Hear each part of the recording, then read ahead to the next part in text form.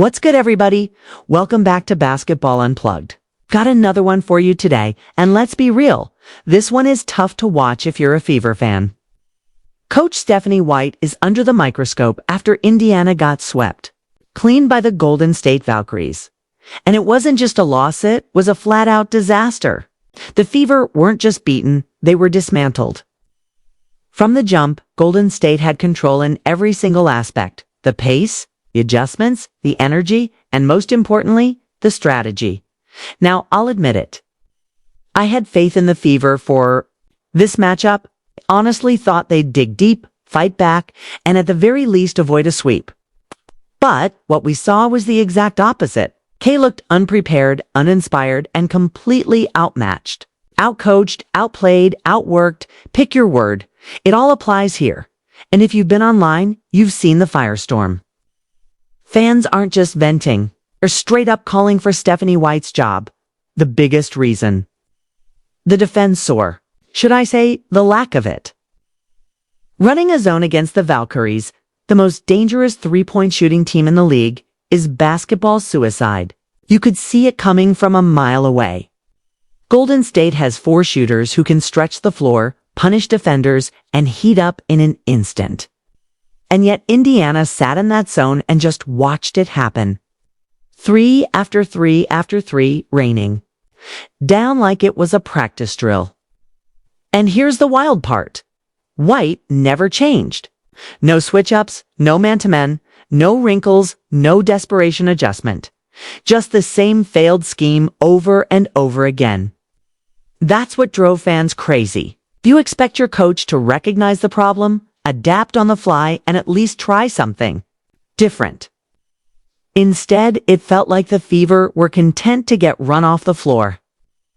And that's why people are saying this wasn't just bad strategy, it was reckless. But the issues went beyond defense. Offensively, the Fever were just as lost. They kept jacking up threes even when it was clear the shots weren't falling. At one point, they had bricked over 30 attempts and were sitting at an ugly 20% from deep.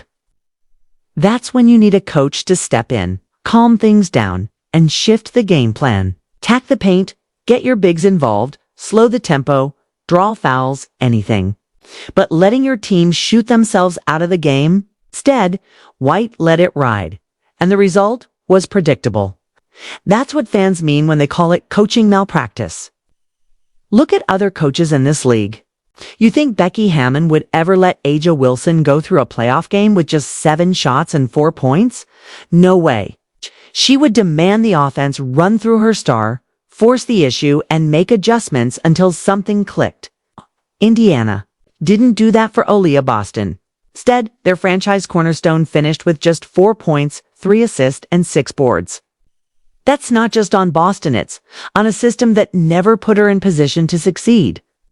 And here's the scary part: Boston wasn't alone. Outside of Aerial Powers, who once again gave them energy and production off the bench with 17 points, the rest of the roster looked flat. Kelsey Mitchell tried to keep them afloat with 14. Natasha Howard chipped in 13 and 6, but it wasn't enough. Odyssey Sims barely made an impact. Dana Bonner went down, and at the end of the day, the pieces just didn't fit. Aerial Powers might be the one bright spot here, honestly. Every time she's on the floor, she brings juice, she brings fight, and she gives the Fever a real spark at this point. Locking her up with an extension feels like a must. But if they do that, somebody else has to go to see Sims, Sydney Colson, maybe Ari McDonald, or Chloe Baby. Decisions are coming. The front office is going to have to get uncomfortable. Speaking of the front office, let's not pretend they're off the hook here. Amber Cox and company are complicit in what's happening. No urgency, no clear identity. This is a team that looks like it's just existing instead of competing, and fans feel it. That's why the frustration has boiled over into anger. People are asking if the Fever are even trying to win, or if they're content to be a bottom feeder. And this brings us back to Stephanie White. The recurring theme is simple: no adjustments, Whether it's defense, offense, timeouts, or rotations, she's shown the same issues all season long. Every time it feels like the Fever are turning a corner, they slip right back into the same mistakes. The lack of clarity with player injuries, the refusal to adapt in-game, the dead-end strategies, it's all adding up. And at this point, her seat shouldn't just be hot, should be scorching. Fans are done making excuses. They're done pointing fingers at Caitlin Clark's absence, or blaming injuries, or saying just wait until next year. No, this season's problems are on the coach, plain and simple. When you let your team get embarrassed on national television, when you make choices that leave your players hung out to dry, you've failed at your job. The Fever don't just need tweaks, they need a reset. Because right now, they aren't a team on the rise. They're a team stuck in neutral, spinning their wheels, wasting the potential of young stars like Boston and the energy of players like Powers. And the saddest part, fans don't even look angry anymore. They look tired of watching the same story play out, tired of waiting for accountability, tired of hoping for change that never comes. So what's next? Maybe the front office finally makes the tough decision and moves on from Stephanie White. Maybe they overhaul the system and bring in a coach with a modern, flexible approach who actually understands how to maximize this roster. Maybe Caitlin Clark comes back next season and injects the spark that's been missing. But until then, it's going to be rough. Really rough. At the end of the day, this loss isn't just about one game. It's about a pattern. It's patterns. Don't change unless you force them to. Indiana has a choice. Either keep watching history repeat itself, or finally step up and make the change everyone can see is needed. And that's where I'll leave it for now. What do you all think? Is Stephanie White's time in Indiana officially up? Should the front office clean house, or do you give her one more shot? Jump down in the comments and let me know your thoughts, because this conversation is just getting started. And of course, keep those notifications on, because here at Basketball Unplugged, we've got plenty more breakdowns, reactions, and hard truths coming your way. And then there's Aaliyah Boston. Let's keep it real, she is the future of this franchise, but the way she was used in that series, unacceptable. Boston finishing with single digits while your guards are bricking threes all night long.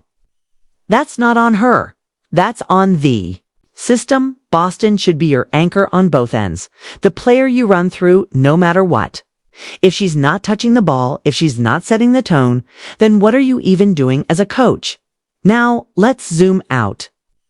Caitlin Clark's absence this season obviously looms large. Fans keep asking the what-ifs. What if Clark had been out there spacing the floor? What if she was the one making plays instead of watching from the sidelines? It's a fair question, but here's the truth. One player doesn't fix bad coaching. Even if Clark had played, you still need a system that maximizes her and her teammates. Right now, Indiana doesn't have that. They've got talent, but talent without structure goes nowhere. This is why people are pointing at the front office. Amber Cox and the leadership group have tough decisions to make. Do you double down and give White another year, hoping things magically turn around? Or do you rip the Band-Aid off and bring in someone new, someone who can actually build around Boston, Clark, and Powers? Because make no mistake, if you waste these prime years, you're not just hurting this roster, you're risking the trust of your fan base, which has already had enough losing. And let's talk roster moves, because those are coming too. Ariel Powers is making her case for an extension every single night, but if she stays, somebody else has to go. Do you move on from Odyssey Sims? You cut ties with players who just aren't producing consistently? Do you gamble on another big free agent signing to shake things up? These aren't easy calls, but they're the kind of calls winning teams aren't afraid to make. Here's another thing nobody wants to admit. The Fever looks slow, outdated. Their offense doesn't have pace, their defense doesn't have bite, and their game plan looks like it's from another era. Compare that to teams like Las Vegas, New York, even Golden State. Those squads are modern, dynamic, flexible. Indiana feels stuck in the mud. And unless that changes, they'll never close the gap. So here's where we stand. Stephanie White is in trouble. The front office is under fire and the players are caught in the middle. Fans are already checked out, saying this doesn't even feel like a team trying to win anymore. And that's the most dangerous part. Once the people stop believing, you've lost more than games. You've lost your foundation. At this point, the Fever need more than just Clark's return next year. They need a cultural reset. They need leadership.